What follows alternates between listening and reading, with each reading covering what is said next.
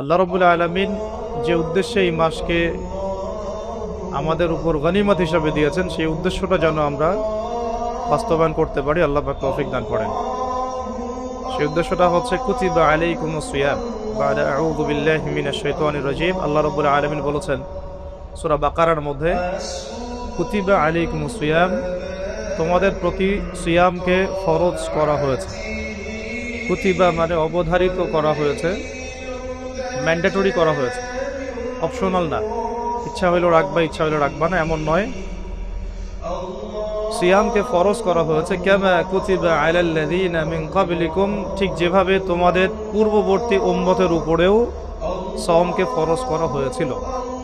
জানলাম সওম আমাদের উপরে ফরজ, জানলাম এই ফরজ আল্লাহ করেছেন, জানলাম এটা আমাদের উম্মতের উপর নতুন ফরজ নয়। এরকম সওম আগের উম্মতের উপরেও কি ছিল। উদ্দেশ্য লাআল্লাকুম তাত্তাকুন, যাতে করে তোমরা তাকওয়া অবলম্বন করতে পারো।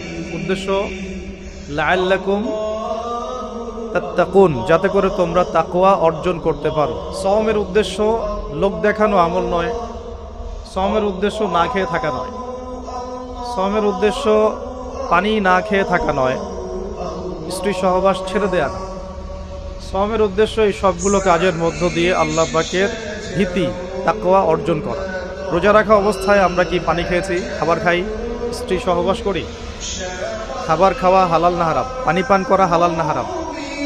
স্ত্রী, বিয়ে করা স্ত্রী, তাকে স্পর্শ করা বা তার সাথে সময় কাটানো হালাল না হারাম? সওম রেখে আল্লাহ পাকের সন্তুষ্টির জন্য আমি সব হালাল ছেড়ে দিলাম। কি ছাড়লাম?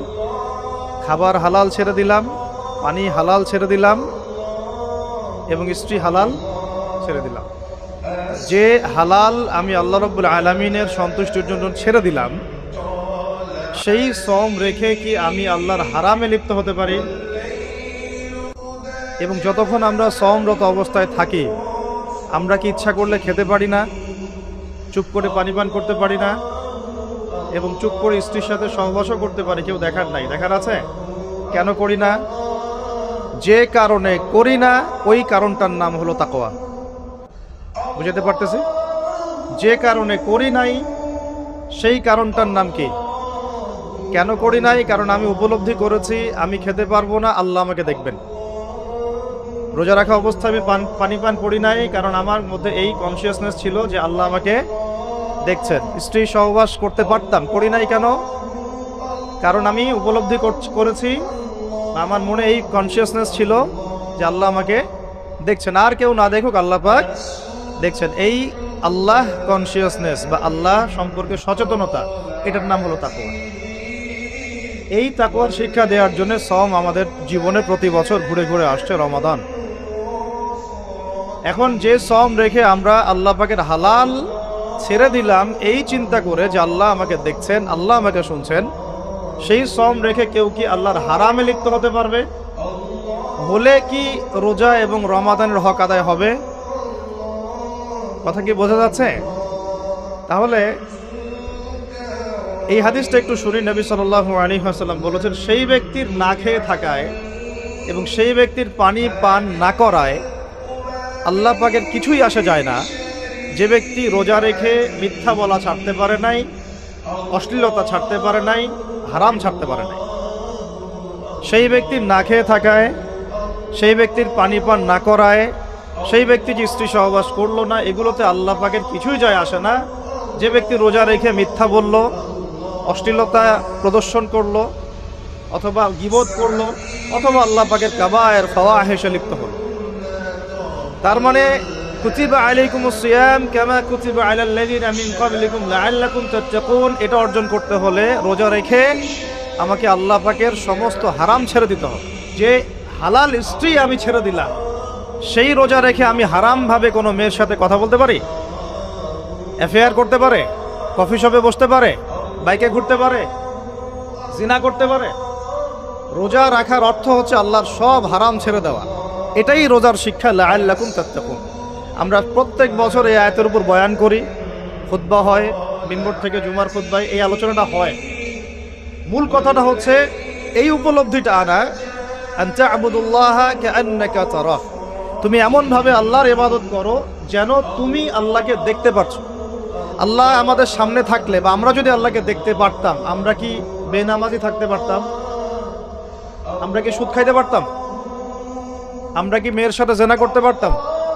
আমরা কি আল্লাহ পাককে যদি দেখতাম বেনামাজি থাকতে পারতাম? ঘুষখোর হইতে পারতাম? দুর্নীতিবাজ হইতে পারতাম?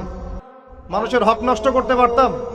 আল্লাহর নবীজি বলছেন আনতা আবুদুল্লাহ কাআন্নাকা তারাহ, তুমি এমন ভাবে আল্লাহর ইবাদত করো যেন তুমি আল্লাহকে দেখছো।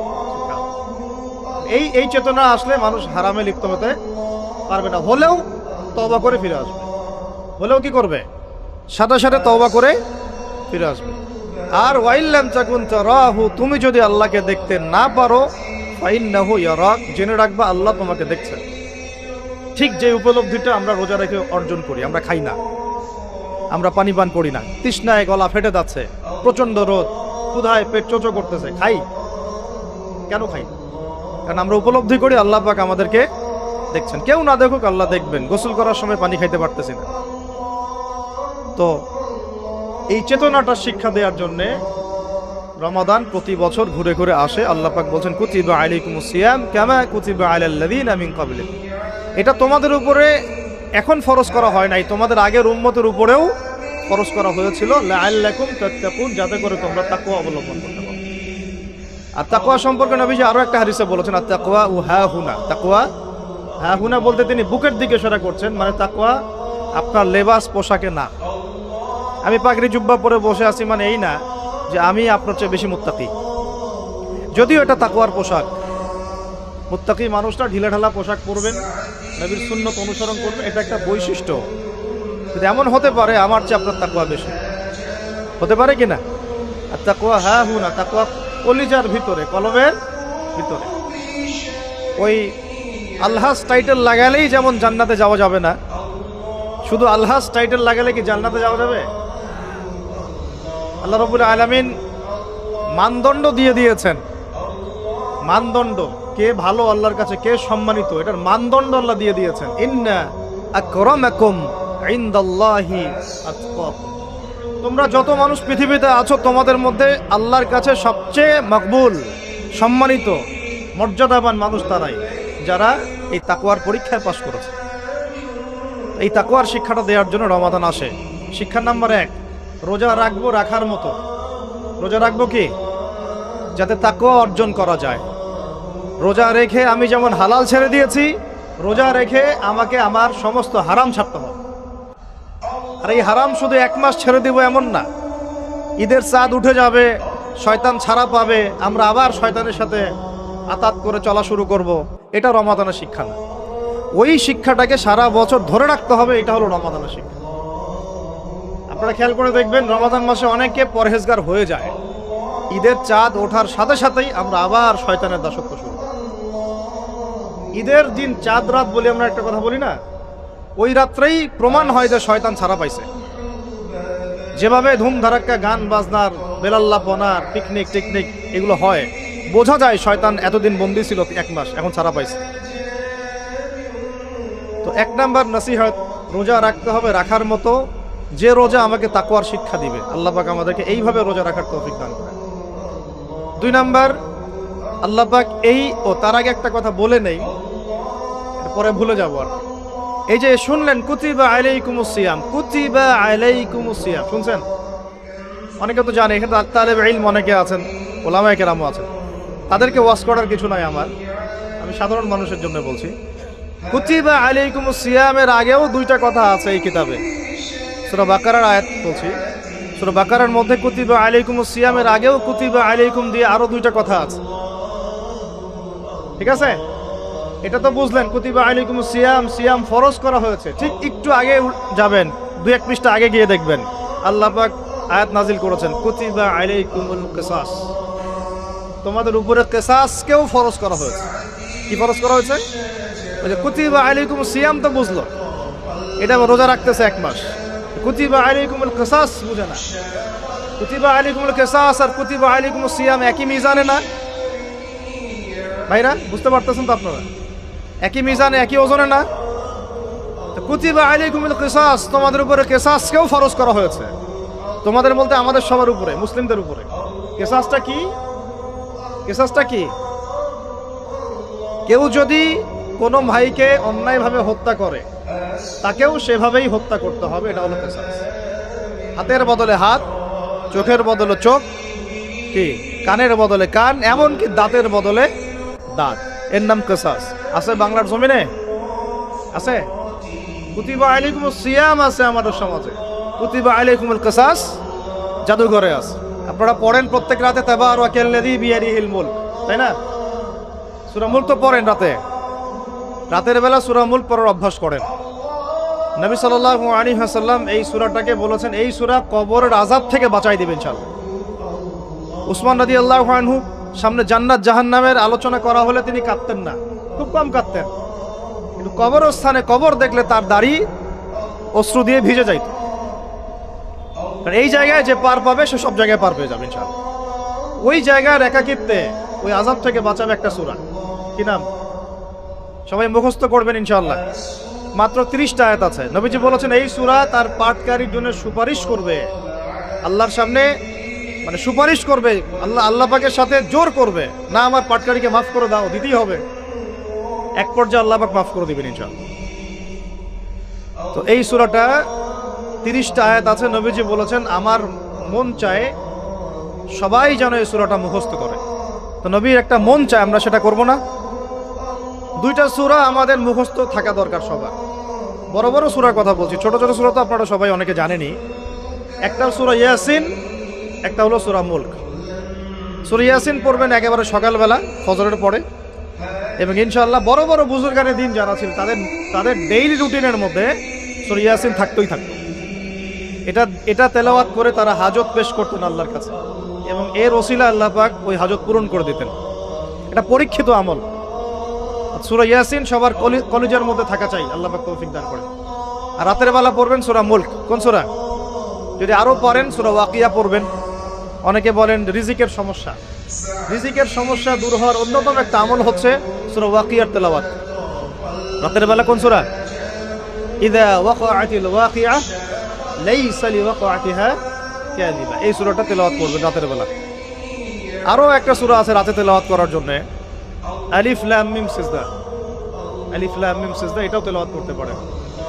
তো যাই হোক, সূরা মুলকের প্রথম আয়াত আপনারা পাবেন তাবারাকাল্লাযী বিয়াদিহিল মুলকু ওয়া হুয়া আলা কুল্লি শাইইন কাদির। আমরা এটা পড়ি, শুধু খালি পড়ি, প্রত্যেক হরফে 10 নেকি হবে, এই জন্য পড়ি বেশিরভাগ মানুষ।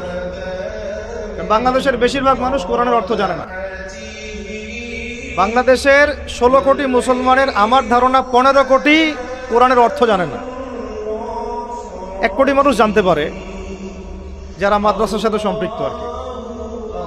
এই জন্য আমরা বলি যে যদি পাঠ্যপুস্তকে কোরআন শিক্ষাটা বাধ্যতামূলক থাকতো তাহলে বাংলার 16 কোটি মানুষ কোরআনের অর্থ জানত। এই কাজটা কি খারাপ হতো না ভালো হতো? আর শিক্ষামন্ত্রীকে এটা কে বুঝাবে? কে বুঝাবে? আপনারা বোঝাতে পারলে বুঝান, কে বুঝাবে? এই যাদেরকে দায়িত্ব আল্লাহ পাক দিয়েছেন তাদেরকে এটা বুঝাবে কে? আমরা তো ছোট মানুষ। যদি নবী সাল্লাল্লাহু আলাইহি ওয়াসাল্লামের জীবনী সিরাত প্রত্যেকের পাঠ্যপুস্তকে বাধ্যতামূলক থাকতো, 16 কোটি মুসলিম জনগণ নবীর জীবনী জানতে পারত। এখন 16 কোটির মধ্যে 15 কোটি জানে না নবীর জীবনীতে কি হয়েছে। এটা তো বেসিক পড়াশোনা। যদি আমরা একটা ভাইরাসকে ভয় করে মসজিদ একেবারে বন্ধ করে ফেলতে পারি, মাস্ক পরাইতে পারি সবাইকে, সোশ্যাল ডিস্টেন্স 10 হাত দূরে দূরে দাঁড়াও, হ্যাঁ, নবীর জামানাতেও অনেক সমস্যা হয়েছে, কিন্তু এরকম করে ডিস্টেন্সে দাঁড়ানো হয় না। এটা যদি আমি চাপ দিয়ে করাতে পারি তাহলে আমি পাঠ্যপুস্তকের মধ্যে নবীর সিরাত এবং কোরআন বাধ্যতামূলক করতে পারি না? এই যে আমরা যারা 15-20 বছর ইউনিভার্সিটিতে পড়েছেন, স্কুল কলেজ ইউনিভার্সিটি, এখানে কারা কারা পড়েছেন হাত তুলেন দেখি। যারা অনার্স মাস্টার্স কমপ্লিট করেছেন বা পড়তেছেন এখনো, আপনারা আছেন কতজন? আছে অনেকে, হাত নামান। এখন আপনারা ভাই বাংলা পড়েছেন না? নজরুল, রবীন্দ্রনাথ, বঙ্কিমচন্দ্র, শরৎচন্দ্র ইত্যাদি ইত্যাদি। ইংরেজি পড়েছেন না? ব্যাকরণ, দাঁত ভাঙা ব্যাকরণ। বাংলা ব্যাকরণ পড়েছেন না? দাঁত ভাঙা, কারক, সমাস, বিভক্তি। তারপরে কেমিস্ট্রি পড়েন নাই? হ্যাঁ, ফিজিক্স পড়েন নাই? বায়োলজি পড়েন নাই? তারপরে আমরা হায়ার ম্যাথ করতাম, জটিল জটিল সূত্রগুলো মুখস্থ করেন নাই? কত কি পড়েছেন, কিন্তু এই পড়াশোনাগুলো কেন করেছেন?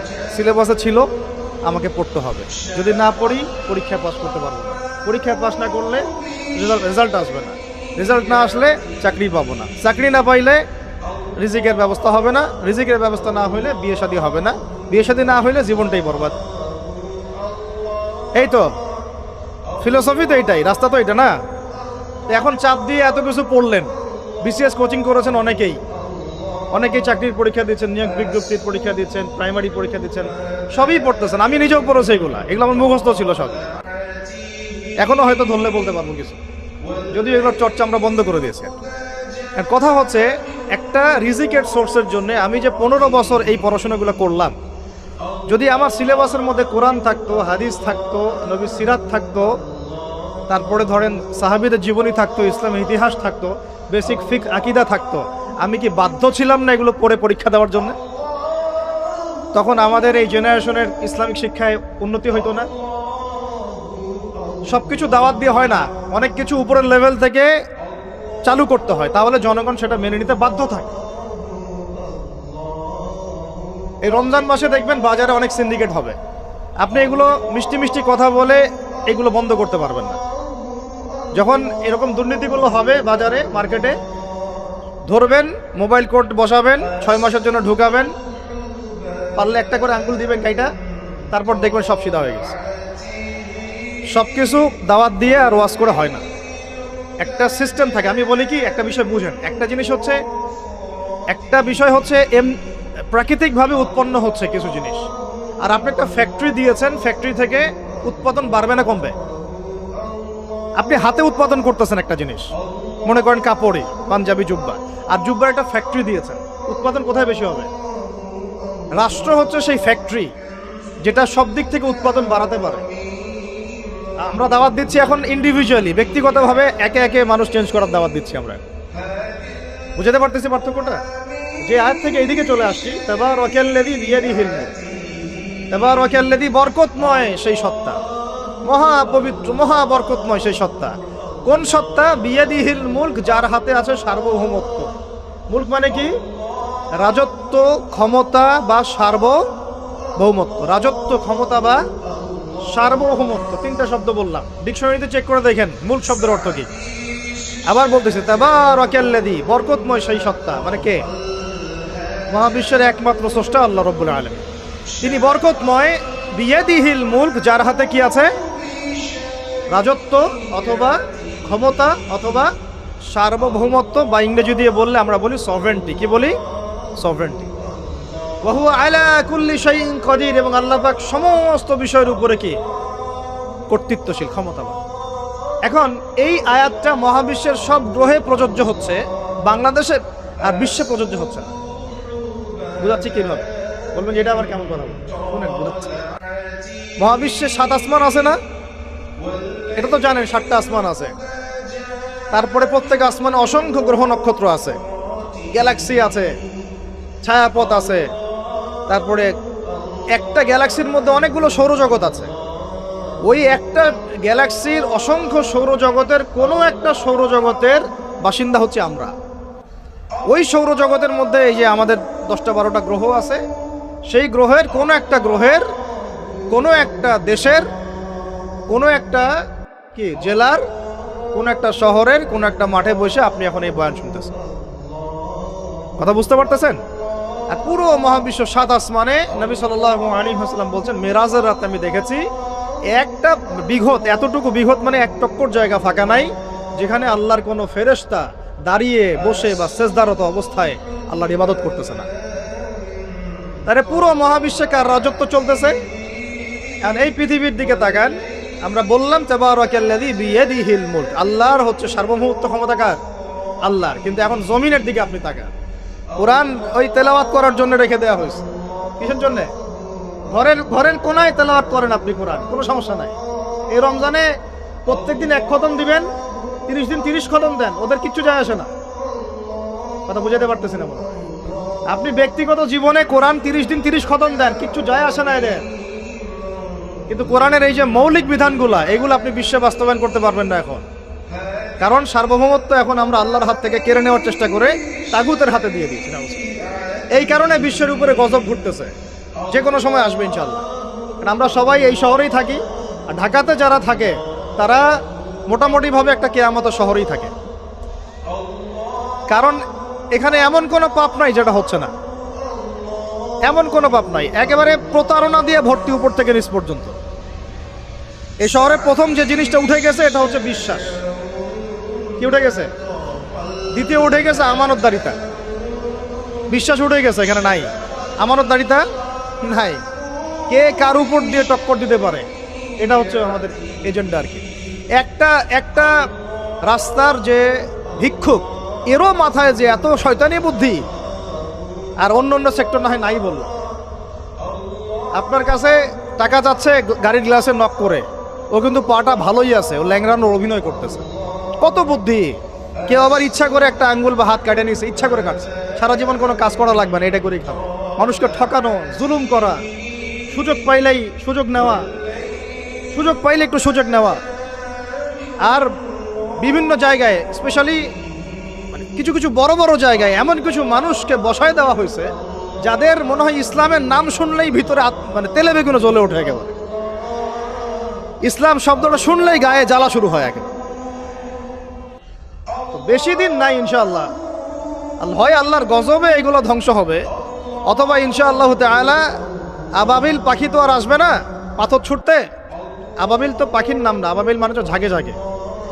এটা তো ওই আবরাহার বাচ্চা আবরাহার যুগ না যে আবাবিল আসবে আর পাথর ফেলবে। আসবে, পাথর ফেলার প্রজন্ম তৈরি হবে ইনশাআল্লাহ। মূল সমস্যাই হচ্ছে করাপশন, দুর্নীতি, মূল সমস্যাই। এটা যদি না থাকতো, সারা বিশ্বে বাংলাদেশকে টক্কর দেওয়ার মতো কান্ট্রি খুব কমই থাকতো। কে না জানে এগুলা? সবাই জানে, আর আমরা মেনেও নিয়েছি এগুলা ভাই, চুপচাপ মনে মনে মেনে নিয়েছি যে ওইখানে গেলে এত দেওয়া লাগবে, ওইখানে এত না দিলে আমার এটা হবে না, ওইখানে এটা দিতে হবে, ওইখানে এটা করতে হবে। আমরা মেনেও নিয়েছি মাশাআল্লাহ। আর যখন জুলুম মানুষ মেনে নেয়, তখন আরো বড় জালেমকে আল্লাহ পাক চাপায় দেয়। এই জন্য আমাদের এই অবস্থা সংশোধন হচ্ছে না। ইল্লা মাশাআল্লাহ, আল্লাহ যে কবে করবেন আল্লাহ ভালো জানেন। তবে বিশ্বাস করেন, আপনারা বলেন যে এখন মুসলিম প্রধান দেশ, আমি একটা স্টেটমেন্ট দিয়ে দিচ্ছি এখন বসে বসে, এখন এটা হচ্ছে একটা মুনাফেক প্রধান দেশ। প্রমাণ করতে চাইলে আমার সাথে বসেন। মুনাফেকের আলামত যে কয়টা আছে, কি এক নাম্বার কি? কথা বললেই মিথ্যার উপর দাঁড়ায় আছেন সবগুলা। 2 নাম্বার, আমানত রাখলেই খেয়ানতের উপর খেয়ানত, খেয়ানতের উপর খেয়ানত। মনে করেন আমি একজন ইমাম সাহেব, আমি যদি আমার দায়িত্বে পালন ঠিক মতো না করে আমিও খেয়ানতকারী। এই যে লেকচার দিতে বসছি, এখন আমি যদি চিন্তা করি যে ডাইনে বামে কথা বলে সময় পার করে দেই, সব কথা বলার দরকার নাই, বললে আবার এটা সেইটা, আমি হচ্ছে এখানে এই চেয়ারের খেয়ানতকারী। প্রত্যেকটা ক্ষেত্রে চলতেছে এগুলা। 3 নাম্বার হচ্ছে যখনই ওয়াদা করে, কি করে বলেন তো? কয়জন ওয়াদা রাখি আমরা? কোনো কোনো সময় দেখা যায় অমুসলিম ওয়াদা রাখছে, মুসলমান রাখে না। দুধ কিনতে যাবেন, আমরা হিন্দু ভাইয়ের দোকান খুঁজতেছি, ও পানি মিশাবে না, আপনার কনফিডেন্স তৈরি হয়ে গেছে। মুসলমানের দোকানে যান না কেন? ও পানি মিশাবে। কি একটা অবস্থা, কি একটা অবস্থা! নবী সাল্লাল্লাহু আলাইহি ওয়াসাল্লাম একদিন খুতবা দিচ্ছেন, একজন দাঁড়িয়ে বলছেন সাহাবী যে কবে কিয়ামত হবে ইয়া রাসূলুল্লাহ? তিনি বলছেন যে যখন দেখবা যে অনুপযুক্ত ব্যক্তির হাতে দায়িত্ব অর্পণ করা হয়েছে, তখন ফান্তাযুরিস সাআ, কিয়ামতের অপেক্ষা করতে হবে। আমরা এই যুগে বাস করতেছি না? এমন করে পাপ নাই এ শহরে হচ্ছে না। মূল পাপ কয়েকটা হচ্ছে।